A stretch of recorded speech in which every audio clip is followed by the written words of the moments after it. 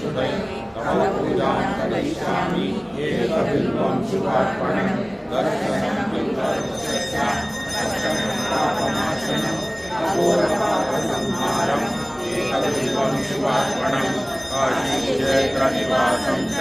कालभैरवदर्शनं प्रयाणे माधवं दृष्ट्वा एकबिल्वं शुभार्पणं तुलसी बिल्वनिर्वृण्डे जम्बीरामलकं तथा पञ्चबिल्वं बीजाकम् एकबिल्वं शुभार्पणं तटाकं जलनिक्षेपं ब्रह्मास्त्रं शिवालयं कोटिकन्या महादानम् एकबिल्वं शुभार्पणं यन्त्रस्य कोटिदानानि च एकबिल्वं शुभार्पणं जालग्रामसहस्राणि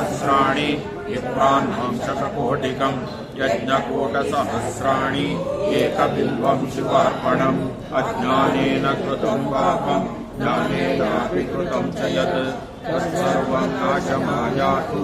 एकबिल्वं शुभार्पणम्।